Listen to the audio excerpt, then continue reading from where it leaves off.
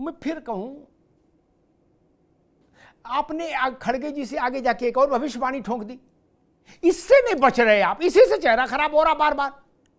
बोले अभी थोड़ी देर में देखिएगा अप्रत्याशित परिणाम आ जाएंगे। अगर सुनामी नहीं आई तो फिर चेहरा खराब होगा, और सुनामी आनी नहीं। मैं समझ गया खड़गे जी को ऐसी इंफॉर्मेशन आप ही लोग देते होंगे कि गुरु बोल दो सरकार जा रही है। मैं समझ गया आप ही लोग हैं। विवेक जी ने एक बात कही, रोहित अग्रवाल आपके पास आऊंगा। विवेक जी ने एक बात कही, उन्होंने कहा कि ऐसा माना जाता है कि सत्तारूढ़ पार्टी सब कुछ है। हाँ जी, जो सत्तारूढ़ है इसका मतलब उसी को जनादेश दिया है जनता ने सरकार चलाने का, देश चलाने का। एक चीज समझ लीजिए हिंदी में, और दूसरी चीज भी बिल्कुल विशुद्ध हिंदी में समझना चाहिए हम सबको। ये सवाल कांग्रेस को तो पूछने नहीं चाहिए। जब इंदिरा जी प्रधानमंत्री थी तो अखिल भारतीय कांग्रेस कमेटी के राष्ट्रीय अध्यक्ष देवकांत बरुआ ने गुवाहाटी सम्मेलन में कहा था इंदिरा जी ही भारत है, भारत ही इंदिरा जी है। अरे श्रीमती जी कुछ तो सस्ता लो, बचत करो। नहीं श्रीमान जी, सब बढ़िया लो, रहने दीजिए। इसमें क्या खास बात है? थोड़े में ज्यादा स्वाद, यही तो है इसकी खास बात। वाओ मामा, क्या स्वाद है। अरे मेरे राजा, राजा और मसाला। अब छोलिया हो या लोबिया, सफेद चने या काले चने, सबको मजेदार बने। और आप कह रहे होगे सत्ता में है तो क्या है, कुछ ज्यादा है, उनको ज्यादा समझते हो, हम कम है। अरे आपने तो भारत ही समझ लिया था वो उनको। अभी ये रत्नाकर ये तो नहीं कहने की हिम्मत जुटा रहे कि मोदी ही भारत और भारत ही मोदी, ये तो कहने की हिम्मत जुटा नहीं रहे रत्नाकर। लेकिन आपके तो राष्ट्रीय अध्यक्ष ने भरे मंच पर माइक से इंदिरा जी की मौजूदगी में कहा था Indira is India, India is Indira. और आप कह रहे हो आपको चिढ़ इस बात से है कि मौजूदा सरकार को सरकार क्यों माना जा रहा है। क्या म्युनिसिपैलिटी में चतुर्थ श्रेणी कर्मचारी मान लें उनको? आप कहो तो ऐसे घोषणा कर दो, फिर खड़गे जी से आदेश जारी करा दो कि जो सरकार है उसको म्युनिसिपैलिटी का चतुर्थ श्रेणी कर्मचारी माना जाएगा। आप सरकार में हो तो आप भारत हो जाओ, आप भारत माता हो जाओ, और दूसरे सरकार में हो तो उनको सरकार भी ना मानो।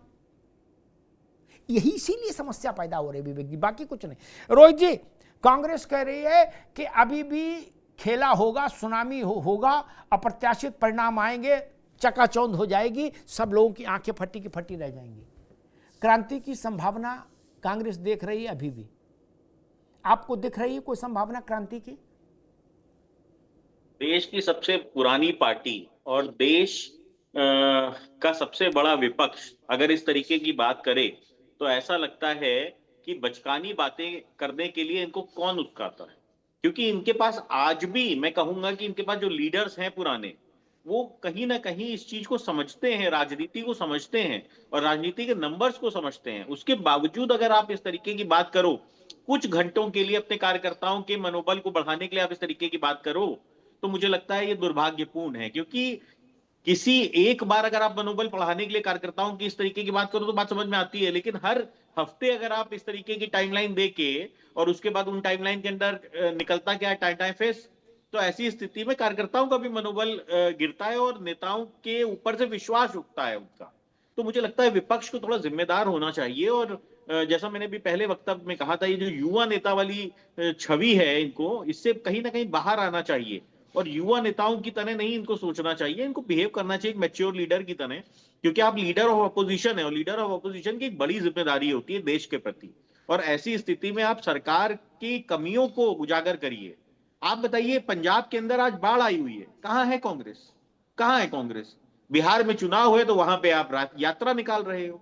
तो देश की आपदा से आपका कोई मतलब नहीं है, और देश के अंदर जो अच्छे काम होने हैं वहां पे आप सिर्फ अड़चन लगाने के लिए आ जाते हैं। आज ये जो समय बर्बाद हुआ सदन का, अगर विपक्ष सहमति से उपराष्ट्रपति को चुन लेता तो ये ऐसा क्यों होता? ऐसी स्थिति ना बनती ना कि देश का समय बर्बाद हो। क्योंकि आपको भी पता है, आपने अपनी फजीयत करा ली वोटिंग करवा के, इसके बावजूद आप आखिरी मूवमेंट तक अपनी फजीयत करवाना चाहते हो, आप अभी भी हार मानने को तैयार नहीं हो। तो ये इस तरीके का मुझे लगता है कि जो नैरेटिव सेट करने की कोशिश कर रहा है विपक्ष। अखिलेश यादव जी से पूछा गया, नंबर्स नहीं है आपके पास, उसके बाद भी आप क्यों चुनाव के अंदर कूद गए? तो अखिलेश यादव जी कहते हैं साहब आपको कैसे पता नंबर्स नहीं है? अब सोचिए एक आम पत्रकार को, एक आम स्प्रिंगर को पता है कि आपके पास नंबर नहीं है, पर अखिलेश यादव जी को नहीं पता है कि आपके पास नंबर्स नहीं है। उसके बाद आप कहते हो कि आपको साथ देश की जनता नेता मान ले।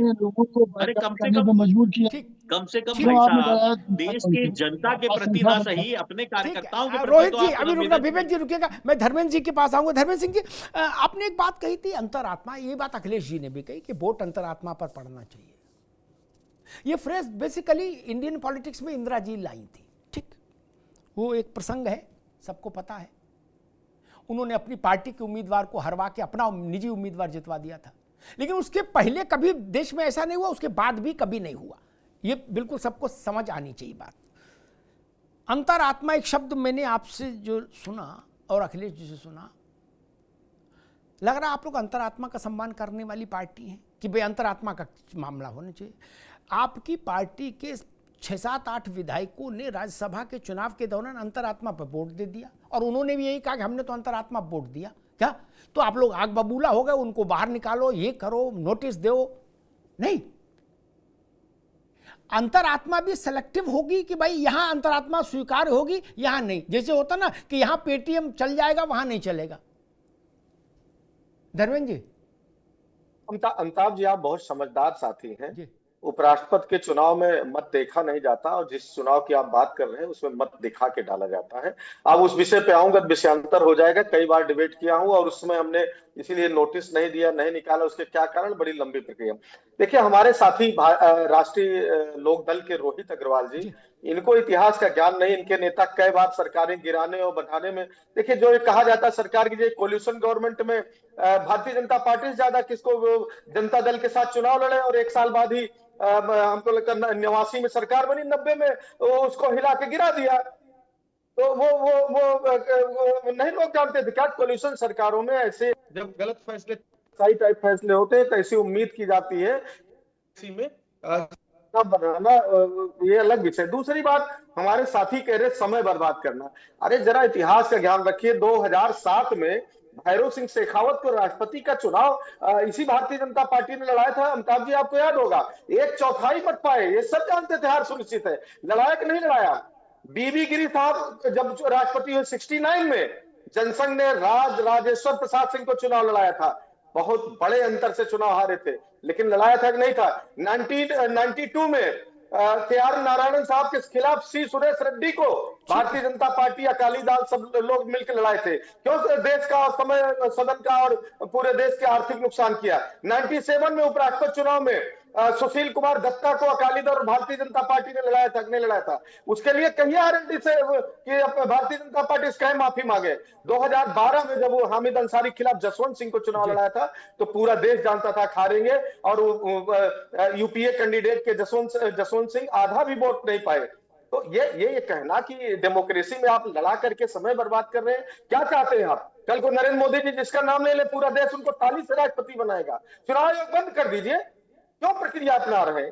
ये कैसी बात हो गई भाई? देखिए, ऐसा है, कब समय बर्बाद। इनको तो बड़ा अनुभव, कम से कम RLD के साथी को, कब अजीत सिंह जी, चौधरी चरण साहब की विरासत को किसके साथ कहां रहे, कहां लेके गए, मैं उस पर आऊंगा, बड़ी लंबी बात हो जाएगी। चुनाव हमारे साथ लड़े विधायक होकर के, राज्यसभा हमने भेजा, मंत्री पद एंजॉय करने कहीं और चले गए। तो राजनीति संभावनाओं का खेल है, प्रयास होता है, मत लोग मानते हैं और इसी उसके साथ मानते हैं कि हमको मत मिलेगा और इसीलिए लड़ते हैं। कोई पहले से हार सुनिश्चित नहीं होती। और फिर अमिताभ जी, आप जो फैसला अभी कर रहे हैं, ठीक है धर्मेंद्र जी, ठीक है, मैं रत्नाकर सिंह के पास चलूंगा। ठीक है धर्मेंद्र भाई, आगे बात। धर्मेंद्र जी ने बहुत सारे उदाहरण गिनाए, वो सब गूगल पर उपलब्ध हैं कि कब राष्ट्रपति के चुनाव में किसने कैंडिडेट लड़ा और उपराष्ट्रपति में कौन लड़े। मुझे याद है तब भी पार्टी लड़ाती, भाजपा लड़ाती थी जब उसके 2 सांसद थे, मालूम था कि कुछ आना जाना नहीं है, फिर भी उस पर आपत्ति नहीं। वो लोकतंत्र का सौष्ठव है, लोकतंत्र की भव्यता है, लड़ना चाहिए। कोई सत्यनारायण कथा थोड़ी ना है, चुनाव का प्रावधान है, चुनाव होना चाहिए। लेकिन जैसे मुझे अभी हंसी आ रही आपके नेताओं के दावों पर कि खेला हो गया, मोदी चले जाएंगे 9 सितंबर को, डन हो गया, गो वेंट गॉन। ऐसा अगर उस वक्त भी विपक्ष वाले करते तो भी मैं यही कहता कि क्या यार समझ नहीं आपको, आप उम्मीदवार लड़ा रहे हो वहां तक अच्छी बात है, लेकिन नहीं धर्मेंद्र अब नहीं, लेकिन अगर आप ये कहो कि नहीं नंबर जान गया मैं, खेल हो गया, मोदी बहुमत हार जाएंगे, दिस और होना जाना कुछ नहीं, या तो मानो कि चुनाव होगा तो मोदी हार जाएंगे, बात समझ में आती है।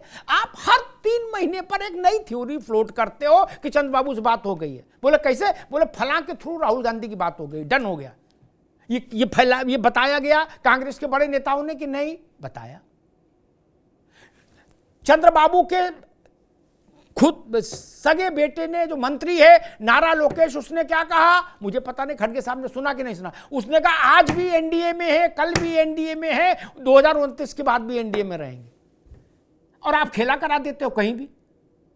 मैं तो विपक्ष के हित की बात कर रहा हूं, बार बार खेला खेला चिल्ला के आप अपनी गंभीरता क्यों कम कर रहे हो, या तो खेला करा दो, और अगर खेला कराने की क्षमता नहीं है, तथा नहीं तो कथा नहीं, विवेक जी मन में रखो ना यार अपनी रणनीति, अगर गिरा सकते हो तो गिरा दो, उस दिन ताल ठोको, आप बार बार ताल ठोकते हो और बार बार मामला गड़बड़ हो जाता है। जिस दिन बिना सीला अनार हो, माचिस लगाता ही फुलझड़ी छूटे, उस दिन बात बने। सीला अनार बार बार लेके हम क्यों जाएं आतिशबाजी के कंपटीशन में। अरे श्रीमती जी कुछ तो सस्ता लो, बचत करो। नहीं श्रीमान जी, सब बढ़िया लो, रहने दीजिए। इसमें क्या खास बात है, थोड़े में ज्यादा स्वाद, यही तो है इसकी खास बात। वाह मामा क्या स्वाद है। अरे मेरे राजा,